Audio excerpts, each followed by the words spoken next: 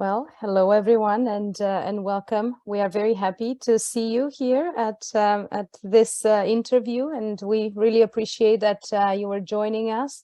My name is Bianca Briciu, and I'm an assistant professor in the Providence School of Transformative Leadership and Spirituality. And we would like to begin with a territorial acknowledgement, so we will take a minute to do that.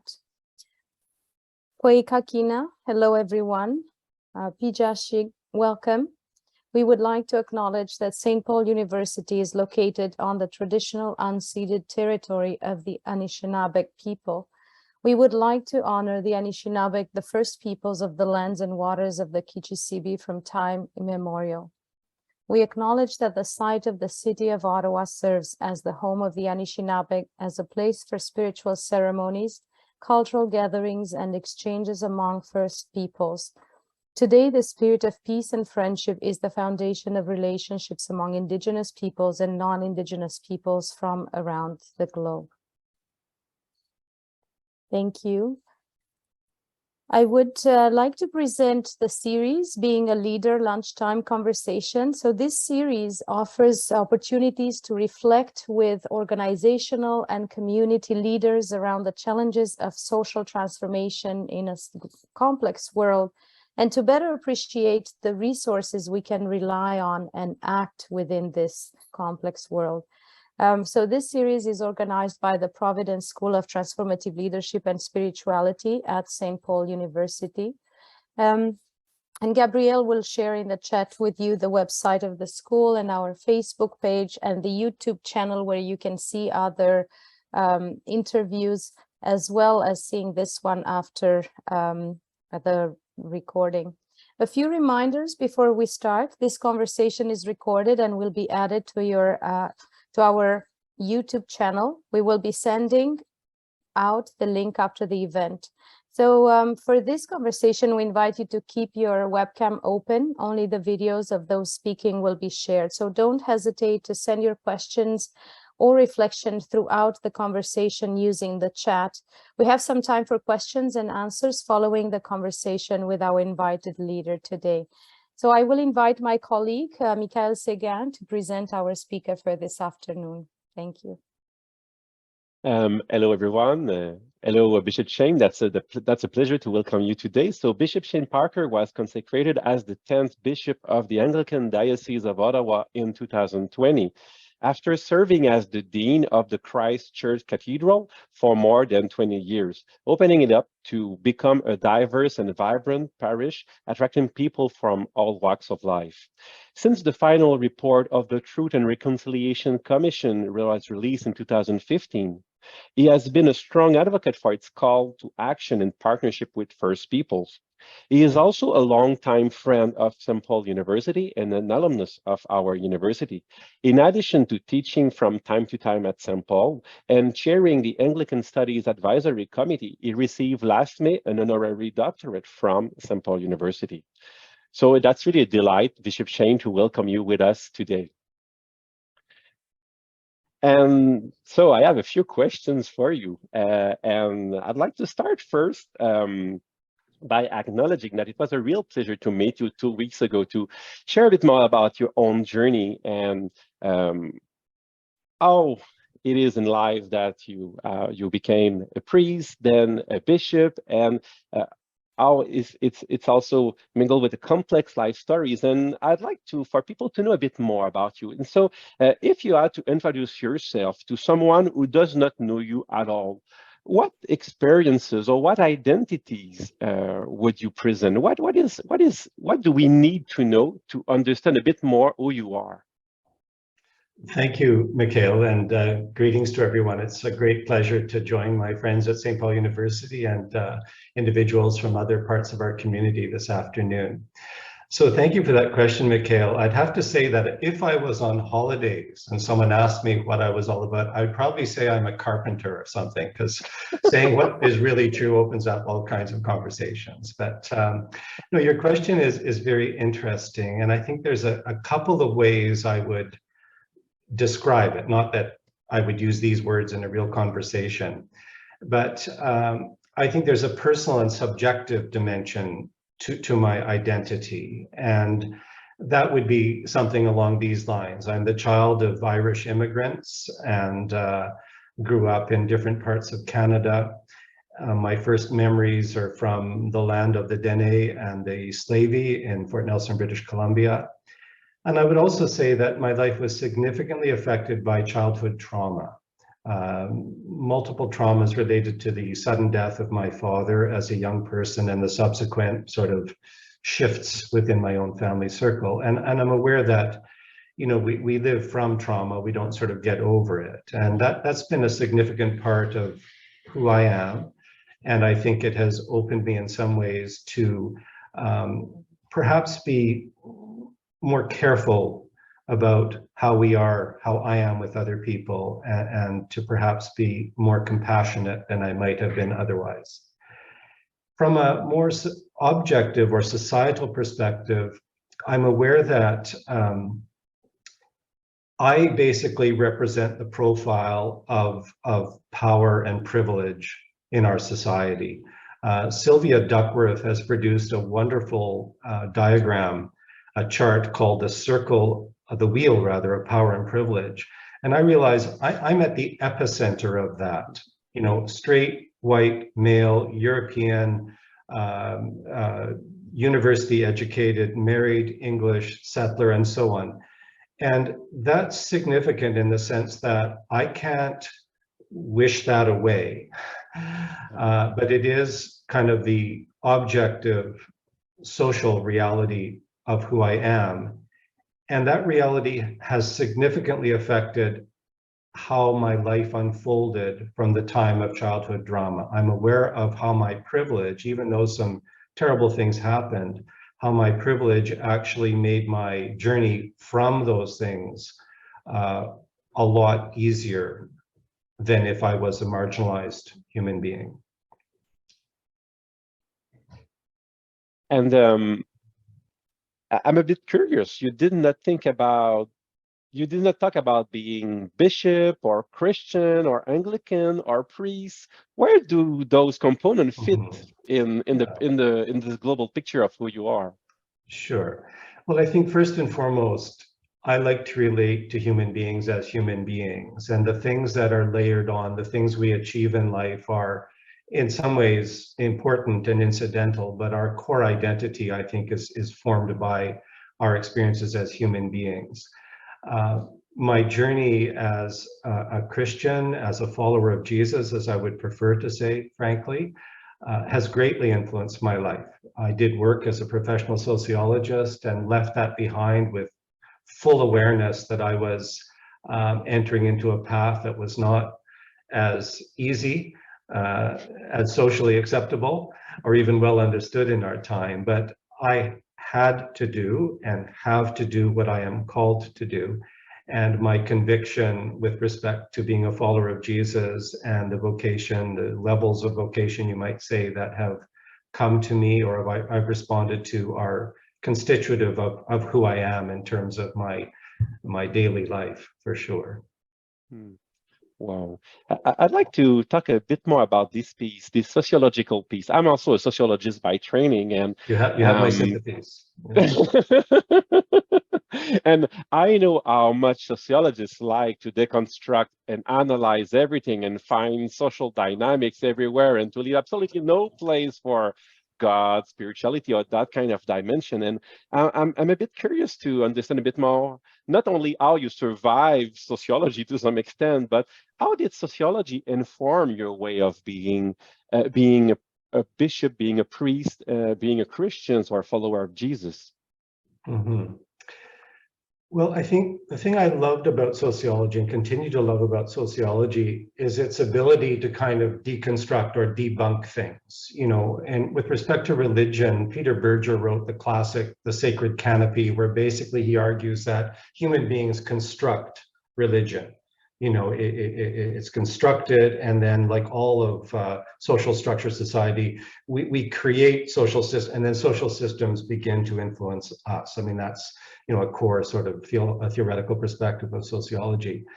But one of the things I found valuable about sociology is that it tests assumptions that we make about the world around us, and it provides us with these tools to ask critical questions. Now, does that threaten religious belief? Yes, for sure, because when you understand that the church that I am part of, and perhaps the church that many people in this room are part of, is largely socially constructed from a specific culture, a specific point in time. We look very little like Jesus' first followers, for example. And churches are profoundly different because they come from different cultures, they find expression in different cultures, but they also find expression in different ideologies and in different power structures in our society. So many of the trappings of my church can be traced directly to imperial England, Britain, Great Britain. And I'm very conscious of those things. And I'm conscious of how much of my church culture is a function of that culture and not of revelation, for example. So there's a vessel, in a sense, in my church, which carries the essential revealed truth of the gospel of Jesus. And I live it out within a construct that has been made by human beings. And being aware of that tension is a part of being self-aware, I believe, as any human being should be aware of their own ethnocentrism or their chronocentrism or whatever. Being aware of those things can either cripple you and cause you to disbelieve, or they can allow you to say, yes, I get it. You know, I'm relating to the world from things that have been created by human beings, and I seek to express or live from things that are eternal, that are beautiful. From God, of God. And so as a bishop, Owen Chadwick, a church historian, he worked at Cambridge, he used to say that the church is like a stained glass window. Stained glass windows are beautiful. They are like joy and peace. And, you know, the church is like a stained glass window in the sense it holds many things of great beauty and great power. But in this world, like a stained glass window, you need iron and oak to hold it all together. And in some ways, the church is a structure that, if done well, can actually hold the things that are beautiful, the things that are of God, that are life-giving. And being conscious of one not overpowering the other. Certainly the iron and oak cannot overpower the beauty of the stained glass, so to speak. Holding that tension in balance is really important, but you know, we do rely on structures that we create in order to provide meaning, to provide order, to keep people safe, and so on. And of course, those structures can also be exploitative. So I'm not sure if I've answered your question. Oh, pretty much. But I have another one that is related to that anyway, which is, and that's a pretty kind of very basic question, but what is the role of a bishop in all of this? And how does it relate to leadership in that context of this pretty wide consciousness of you have of your church, where it's coming from? And so what is the role of a bishop, and what is it also in this time and particular historical moment and place? Yeah. I think that one of the most ancient symbols of a bishop, of course, is a shepherd's crook, you know, crozier, as we sometimes call it. And a shepherd often will walk behind the flock. And the reason for that is that a shepherd can see both the flock and the environment that the flock is in. The notion of being out front leading immediately creates numerous blind spots, right? So a bishop, episcope, oversight, to see the episcope kind of thing, is a very important perspective to have. And on the one hand, a bishop is responsible for ensuring good order in the church and those types of things. But I believe a bishop also needs to be very, very aware of how the flock, the context that the flock finds itself in. So order applies to keeping the flock fed, watered, cared for, and so on. But guiding the flock even protecting the flock, you might say, from themselves or from other dangers, means that you need to have your eye on the episcope, the broader context. And so our church, my church, the Anglican Church of Canada, like many churches, finds itself in a context which is not instantly and immediately supportive of its existence, and in some cases is highly suspicious of or hostile to. And to be aware of why that is so, or why that might be so, and to thrive within that context is a very important function of a bishop. At this point in time, bishops especially, who attempt to lead people to a time that may have never been, that it's going to get better, are naive in the extreme. I think that we need to live in a time of rapid change, where the privilege we once enjoyed as an institution is rightly questioned or dismissed. And finding our way in that kind of context is the challenge that a bishop faces, you know, to lead in times that are uncertain, you might say, towards a future that, from a broad sort of eschatological sense, we know what the future is. The future is Christ, as we would say, and everything's going to be okay. But in the meantime, the future is kind of uncertain. In my church, if we were to build a church in a suburb, as we did after the Second World War, it is not necessarily going to be filled with human beings, families, and so on. So we have to understand, what does it mean to be a minority? There are as many Muslims as Anglicans in the city of Ottawa right now. What does it mean to be a minority in an environment where, on the one hand, we respect and accept religious difference, right? What does evangelism mean? What does mission mean in that context? So we need to understand, how do we proceed with kind of a humble confidence in our faith, understanding that the imperial wagon that we came into town on in this country doesn't really cut it anymore. You know, the Anglican Cathedral in Ottawa hosted the state ceremony for the Queen. We look far more important than we actually are numerically, or even in terms of the influence we have over our society, the moral influence that we have. And that is true of pretty much all the churches, I would say. Yeah, but I'd like to go back to this metaphor of the shepherd. If you follow your folks from behind, doesn't mean that they are the one who are choosing the path. How do you see this kind of dialectic of serving, following people, but at the same time discerning what is the direction to go? With all due respect for my clergy, good shepherds have sheepdogs.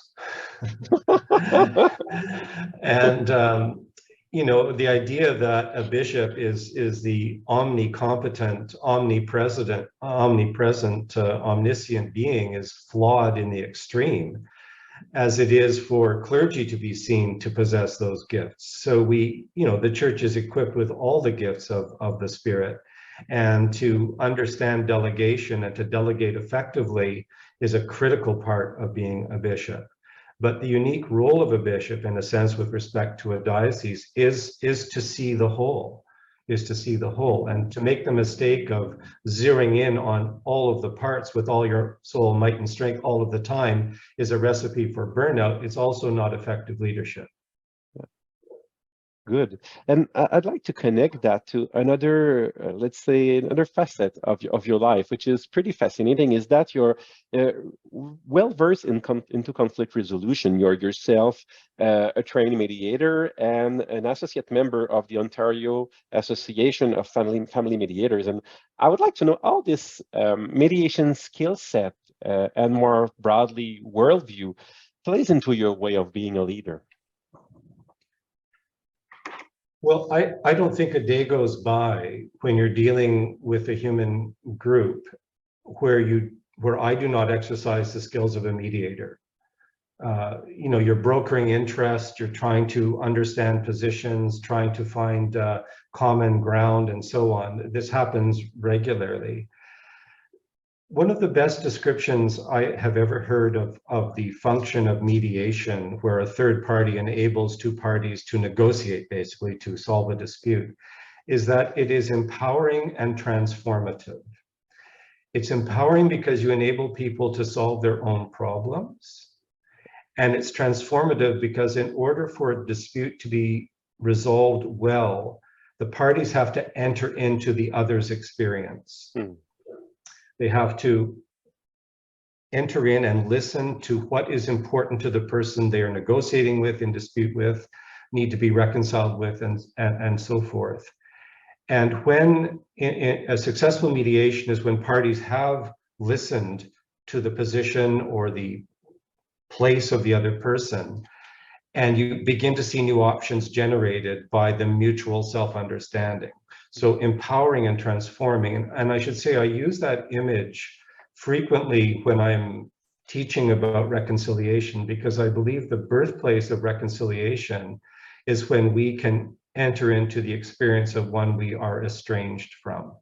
And that is certainly true with respect to the project of reconciliation between non-Indigenous and Indigenous peoples in Canada, that if you can tell the story of one you are alienated from in a way that they recognize their story when you tell it, reconciliation has begun. It's almost the starting point.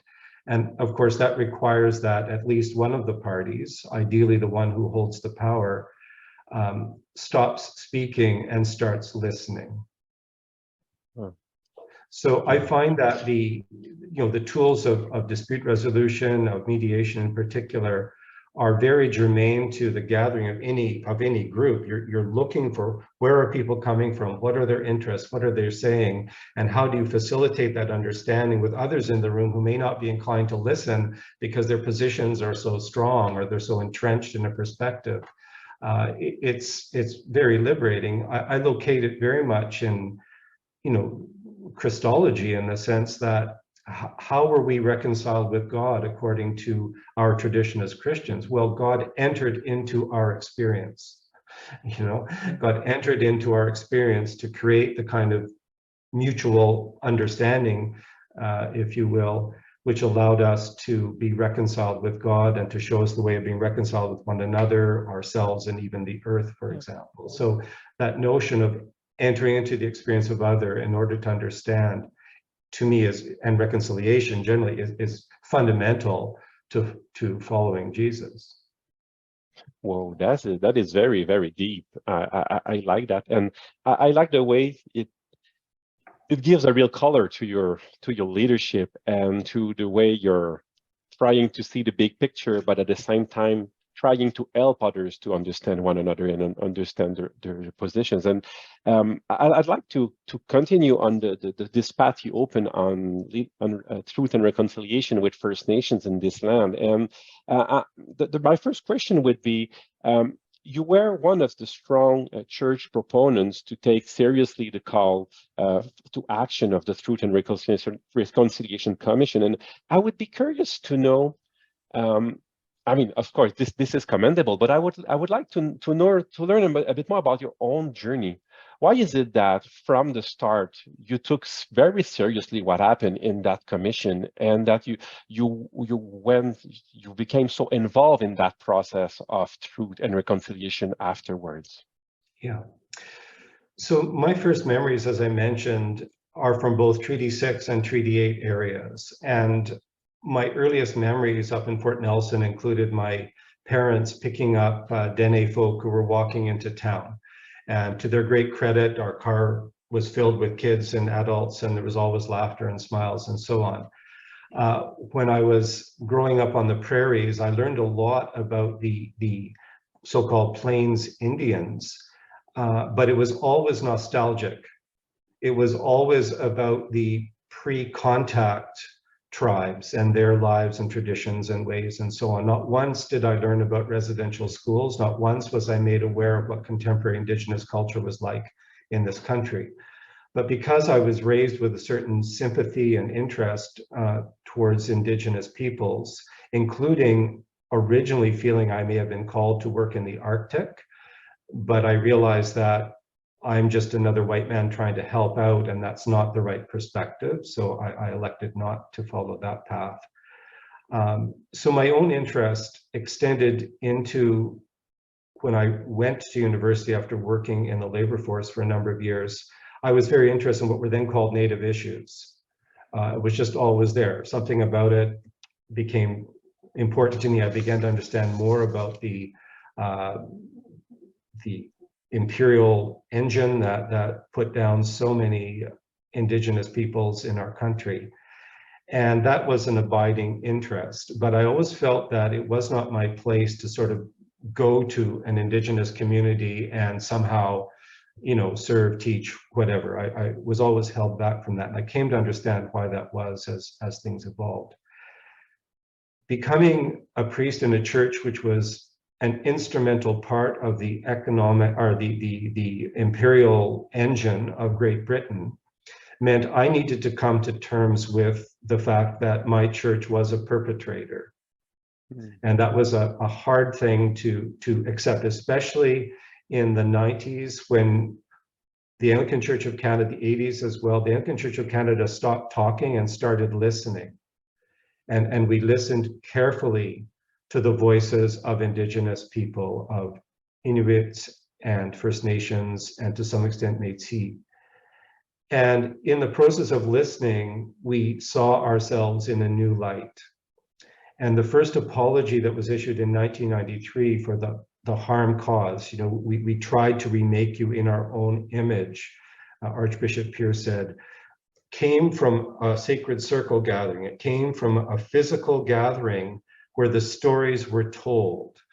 And the apology came from the heart of our Archbishop, who spoke on behalf of the heart of most non-Indigenous people in our church. And it was spoken to survivors. It was quite a profound and sincere apology. That sort of marked the moment where we moved from being perpetrators to reconcilers. And we worked very hard even to insist upon and to encourage the establishment of the Truth and Reconciliation Commission. So our journey, which is very much ongoing and has evolved in a number of ways, including the establishment of a self-determining Indigenous Anglican Church, as well as a second apology for the spiritual harm caused in 2019. Our journey from perpetrator to reconciler is a journey most non-Indigenous Canadians have to take. We need to take it corporately and we need to take it individually, because we have all either directly participated in, perhaps unwittingly, but we've certainly benefited from the imperial colonial forces that created the Indian Act that put down and greatly disadvantaged Indigenous persons in our country. So my own journey of coming to terms with the fact that I am a neon lit representative of the Anglican Church of Canada, which was a perpetrator, stopped to listen carefully, had the humility to apologize sincerely and to change its behavior substantially, to go from perpetrator to reconciler. And that's how I am reconciled with being a bishop in a church which was once part of the engine that created residential schools, the Indian Act, and on it goes. Yeah. And but how do we make sense of all of that at a more theological level? How do we deal with the fact that what we did collectively as settlers was the complete opposite of the gospel? Yeah. How can we look at ourselves in the mirror? What do you suggest to do? Or yeah, I think we go back to some of the perspective analysis of sociology. We need to determine what part of that was the fact that we are an institution created at a certain point in time within a certain culture that had imperial ambitions, and what part of it is the gospel, what part of it is the stained glass, and what part of it is misplaced oak and iron, you know, and to be very careful with that and to look with extreme consciousness at those places where we continue both internally and externally, where we continue to live from frankly, colonial imperial models of church governance, of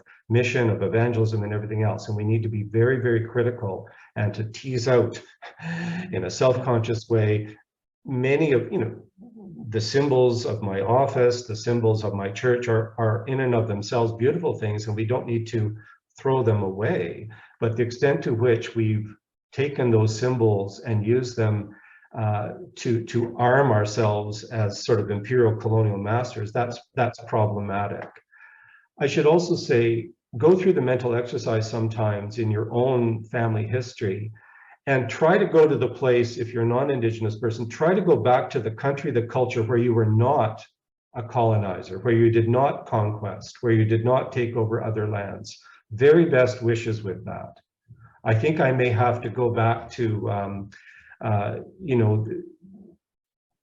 somewhere in northern Finland or something like that. But even then, there were probably, so the tendency for human beings, Paul Ricoeur calls it the evil infinite of human desire. We always want to possess and control and to take on. It's endemic to our nature. And even on this land, there was, of course, warfare between nations before Europeans got here. And in many cases, warfare would conclude by the victors basically acculturating those who survived, bringing them into language, into culture and beliefs, which sounds a lot like residential schools. Not very politic to say that, but the human capacity to conquer, to take over, to acculturate is almost built in. And we all need to own that fact. There is no pure time, pure place, pure people. We all carry with us the evil infinite of human desire, and we need to check that and watch for that and be conscious of that as we proceed with great humility. Yeah. But at the same time, to go back to the gospel is to acknowledge that we have also this capacity for love, for forgiveness, and for what is best about human beings. Yeah. The biggest sin human beings commit is to forget that they're creatures of God. To forget that, we are creatures, in fact, and we are profoundly equal in the eyes of God. We are all made in the image of God. There's not one living human being, or perhaps not one living thing does not have some spark of creator in it. And Indigenous spirituality helps us understand that more, frankly. So, proceed with great respect. And I would be curious to, going back to a kind of a more institutional level, how did you and other like-minded people within the Anglican Church dealt with resistance to this shift, to this new way of understanding who you were collectively as perpetrators? Sorry. Yeah, I think it's variable. There was a very difficult moment where many people of goodwill and good hearts who taught in residential schools were horrified to think that they were being labeled as somehow perpetrators. And the challenge for those individuals is that, yes, you did good things. Yes, the children you taught write you Christmas cards and loved you, but you were part of something that was profoundly wrong. And that's very difficult to accept. I would not say that it's a monochrome acceptance of that across my church. Absolutely not. There are people who would seriously resist. There are views that would be held by individuals in my church that are identical to views in society, the views that are so heinous. What's their problem? Why don't they just get on with life? Why don't they get over it? You've heard that. There are pockets of that in my church, but I think as leaders, we have to truth tell. We have to be able to, and we have to be able to bear it in the light of God's grace and forgiveness, and understanding that we are continually being led into a deeper truth in each of our lives. And the way to that truth is almost certainly the path of reconciliation with God, with one another, with the earth, and so on. So it's an ongoing enterprise. But leaders need to own it. And not just lip service. Like, leaders in the church need to own that there's not a major church in Canada that was not part of the colonial imperial enterprise. And to proceed from the recognition that it's pretty much blasphemous to say that God the Holy Spirit was not in North America before Europeans arrived, and to understand that Creator did reveal Creator's self to the people of this land long before we got here. And we would do well to sort of deepen our understanding as followers of Jesus, the God of Jesus Christ, by listening to the experience of another people who had a different, but in many ways, very complementary view, which is why many people converted. It was not news, you know, the good news was not news, came in a different form with different words, but the, you know, the moral theology, the theology, to some extent, the Christology, I say that advisedly, was in many ways present on this land long before we got here. Well, I like your way of turning it around and seeing it as blasphemous to not see the Spirit in action already before the first contact. I'd like to finish with a last question, and then we will open the floor for others who I'm sure have a lot of questions to ask. Is if a member of your church or of any church was coming to you and saying, "Hey, Bishop Shane," well, not maybe hey, but dear Bishop usually Shane, usually hey. Yeah. I'm new to that business of truth and reconciliation. I'm so upset. I feel guilty. I don't know where to start. What should I do? What would you advise? So if it was a non-Indigenous person, I would say you have 2 ears and 1 mouth, use them accordingly. You know, listen, learn, expose yourself to contemporary Indigenous culture, and listen to Indigenous people describe their experiences of colonialism, their experiences of residential schools. Listen to Indigenous voices talk about the pain, the anger, the suffering that has ensued as a result of the Indian Act and everything related to that. And to the extent possible, seek to understand rather than to fix or help or whatever. I continue to be checked as I walk with Indigenous people. There are things I still learn that continue to surprise me, you know, that I would not have known. One really important lesson I learned, as you know, the United Nations Declaration on the Rights of Indigenous People has as its fundamental premise the right of self-determination. And self-determination doesn't mean white folks help out Indigenous people. It means, and you don't even allow it, you know, it's going to happen. And if you're invited in, great. If you're not, too bad on you. Realizing that the best disposition to have as a bishop in the Anglican Church with respect to the creation of a self-determining Indigenous Anglican Church is to step back, be supportive, but it's not yours to create, to fix, wait till you're invited in. So for non-Indigenous Canadians, in your area, there's almost certainly some history or some living human beings who are Indigenous, and seek to understand. Go to a powwow if you've never been to one. Read books by Indigenous authors. Michelle Good's 5 Little Indians, highly recommend it. It's a remarkable book that touches on so many aspects of the effects of colonialism. Everything from an individual experience of children being taken from their parents to the North American Indian movement of the 60s. It's an incredible work of fiction which speaks great truths of the experience of Indigenous people in this country. So learn, listen. There's a lot out there. Well, thank you and so much. Go to a powwow and have an Indian taco. Blow your mind. Have an Indian taco at a powwow. Start there. Thank you so much, Bishop Shane, and I will welcome. ask my colleague Bianca to continue.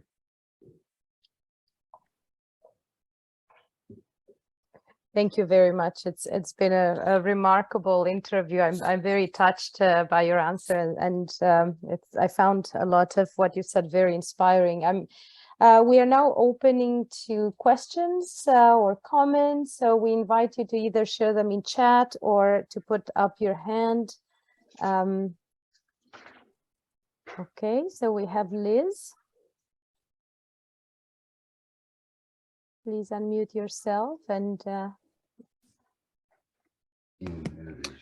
Thank you very much. And Bishop Shane, thank you very, very much. That was really just very, very insightful and so much appreciated. Your not only depth of knowledge, but your sensitivity very much so comes forth, and very much appreciate that. I consider myself a bit of a student in reconciliation. I've taken some wonderful courses at St. Paul's in that area, and I did some work this summer in the Diocese of Algoma on reconciliation. And I also am very involved in an Indigenous relations circle within the Diocese of Ottawa at St. James in Manotick. And I guess my question to you is, and we talk about sort of growing in knowledge and growing in understanding, and that really is the first step, is to ask questions and be open. And I just within the diocese, actually, the Indigenous Relations Circle at St. James is the only one of its kind. And I know that at the diocesan level, there is the All My Relations Committee, but I guess my question is, how can we sort of inspire other churches within the diocese to perhaps take this on? We've done some wonderful work and have had retreats, and we have a book club, an Indigenous book club, for example. Have read Five Little Indians. So I'm just wondering, I'd sort of seek your advice perhaps as to how we can sort of provide that sort of inspiration, sort of within a sort of wider sense of within the diocese. Thank you. Well, thank you. First of all, I would have to push back a little bit. There are actually a lot of things happening in a lot of parishes with respect to active work in truth and reconciliation. So I'm conscious of a lot of a great number of parishes who've done a lot of good work on that front. And of course, the All My Relations Circle of our diocese reaches quite wide. I think that churches need to be careful not to go too far from home, so to speak, as they begin to understand the experience of Indigenous peoples. Starting local is very, very important. Find out what's going on in your own area. I would say that part of the learning of the journey of reconciliation, if you do invite Indigenous speakers in, please, please, please make sure they have credibility in their own communities. The term elder is used loosely and widely. Albert Dumont, who is a close friend and my Algonquin advisor, refuses to use the term elder because he has not been designated as such in his own community of Kitigan-Zibi. So saying you're an elder or presenting as an elder may or not be absolutely true. I'm an elder because I'm old, but I'm not an elder in any recognized way. So do your homework. Be careful who you remember. We are, for the most part, in this region, we are on the ancestral territory of the Anishinaabe Algonquin, and you know, that's important to understand. So be careful about the resources that you seek, and being in touch with the two reserves that, well, one reserve in Eastern Ontario, the Guaknagan, is a good idea. Like go to places that you know are recognized Indigenous communities, Algonquin communities, and seek advice and counsel from there. But remember that it is a little bit presumptuous for non-Indigenous people to be looking for guides all the time. You know, like, do your own research. Don't, you know, we can learn about Indigenous peoples without seeking a guide all the time who is Indigenous. It's a fine line, you know. Do your own homework. On it goes. You know, I just referenced that the region of Eastern Ontario prior to contact, very prior to contact, was entirely Anishinaabe Algonquin. But after European contact, because of various allies that were created, allyships between the Dutch, the English, and the French, who equipped their allies with military knowledge and weapons and so on, the Algonquins of Eastern Ontario were almost exterminated. And right now we will say, well, we have Wendat, we have Haudenosaunee in this area, not before contact. So when we acknowledge land in the region from here down to the St. Lawrence Seaway, it's appropriate to say that this was the ancestral territory of the Anishinaabe Algonquin, and that others are now on this land. So that's just an example of learning. You know, when you dig deeper and you throw the dart on the timeline, be careful where it lands when you acknowledge you know, historic reality. So I won't say any more on that right now. Thank you very much for that answer. I see a question in the chat. Will it be okay for me to read it? If you don't mind, Joe? I won't. Yeah. Sure. So Joe Khan is asking if there is any hope for or examples of ecumenical leadership on reconciliation. Like we see some lay initiatives on the ground, but at the leadership level, even with RC and ACC bishops. Yeah. Kairos would be the shining example of an ecumenical initiative which provides great leadership and great resources. So I would commit that to you. The churches at different times have been in different places on this. The experience of the Roman Catholic Church in Canada versus the Anglican Church in Canada is quite different. I think we have seen that play out over the last year with the visit of the Pope, with things that were happening, not happening, and so on. So the churches, on the one hand, were party to the residential schools agreement and worked somewhat ecumenically, but perhaps more individually on that front. But each church is on its own path. In personal conversations with respect to the Anglican Church of Canada and the Roman Catholic Church of Canada, there have definitely been conversations. Archbishop Dampoulos and I had, you know, an interesting discussion about his journey, my journey, and how that plays out. But in terms of ecumenical initiatives, and I'm sure there's more, and Joe, you may know of them more, I would point you to Kairos as the stellar example of collaboration as well as resources. Thank you for your question, Joe, and for your answer, Bishop. And we have now Professor Andraus. Thank you. Thank you, Shane, for this very inviting, open, and moving presentation. My question is, like the Anglican Church of Canada has been on the leading among the traditional churches and trying to think about an Indigenous diocese and highlight the Indigenous Christian Anglican experience in the country. This goes back to your comment that the Spirit was at work and present in this land before the Christians came. So what are the obstacles in facing the articulation of this particularly Indigenous Christian experience, and for the churches to make room for that and to think of Christianity as a pluralist expression where you have the Euro-Christianity, but you have also a different way of rethinking, reliving, or a Christian experience coming out from the Indigenous communities around the country? What are the obstacles in rethinking Christianity in Canada through such terms? Yeah, thank you very much, Michelle. First of all, we must be very careful not to commit the crime of treating Indigenous people as a monochrome, homogenous group. You know, there are over 100 nations, First Nations. The Inuit are a completely different culture depending on which region of the Arctic, and of course the Métis, while, you know, in a sense government sanctioned, I believe, are centered in the Red River Valley. You know, there are of course Métis across the country as well. Historic relationship with the Hudson Bay Company going back a long, long time. So we must be careful to always distinguish between different nations, different populations. One of the challenges in terms of the creation of a self-determining Indigenous church, Anglican Indigenous church, has been just that.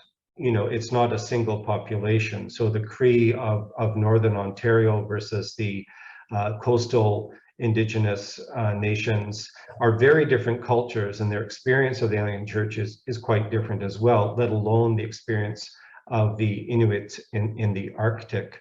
So the idea of drawing together a pan-Canadian extra-diocesan structure holds a number of difficulties. On the one hand, you have significant cultural and linguistic differences within the population. On the other hand, you have multiple jurisdictions to somehow, rise above. So those are challenges. There's also, I think, a different type of challenge.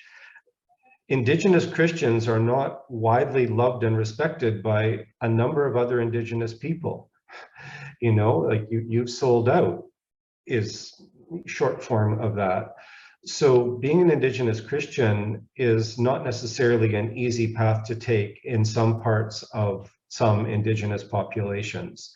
Now, does that discourage the evolution and development of a self-determining Indigenous church?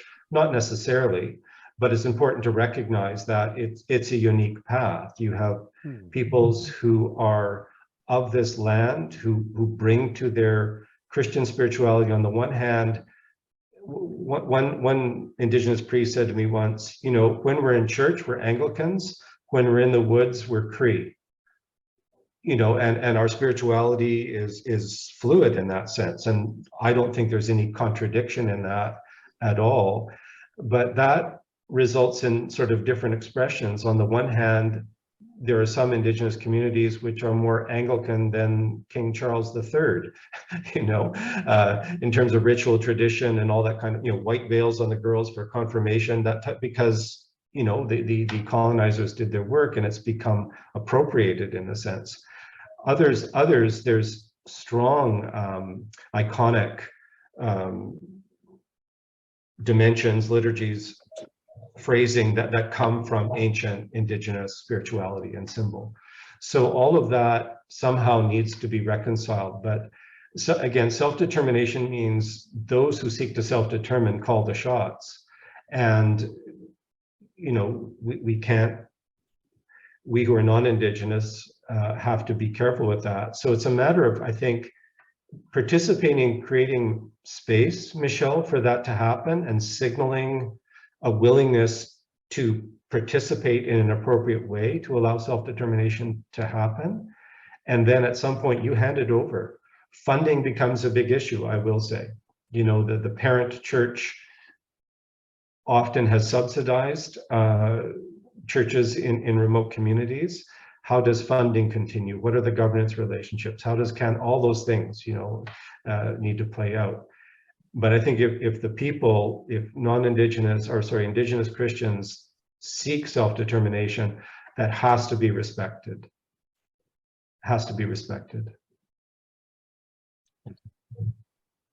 Thank you very much for your question and for the answer. I'm wondering if we'll have time for one last question. Sure. If there is anyone, we are quite close to our time, but I wanted to create a bit more space. Lorraine, did you put up your hand? Okay, please. Thank you, and thank you very much, Shane. That was also very inspiring, and I appreciate also hearing of your journey that has led you to this place. Can you hear me? Yes, I can. Right. Okay, great. Okay. So I really appreciated how you framed the journey of the Anglican Church as moving from perpetrator to reconciler, and recognizing that this is a lifelong journey that will go for many generations. And so just as those generations before us. But I'm curious to know that if I walked into a church in the Anglican diocese here in Ottawa, would I recognize that that journey is taking place? How would I recognize that? Because I think for a lot of people, their point of contact with the church is the Sunday liturgy. So what might give it away to me that says, hey, we're on this journey? Sure. Really, really good and important question. It is variable, Lorraine. I would say you could go into some churches and nothing would demonstrate that, to be honest. Mm-hmm. Most of our churches have a symbol in it. The symbol is a feather that was presented to each church. It's a ceramic feather that came from an art installation, and the feather was chosen as a symbol to represent the people of this part of the, in consultation with Anishinaabe Algonquin. So you might see that feather prominently displayed, sometimes with a land acknowledgement underneath it.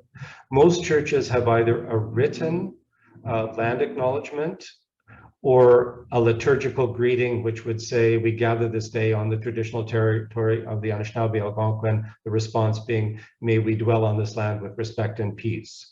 So there would be sort of a visual as well as a verbal indication.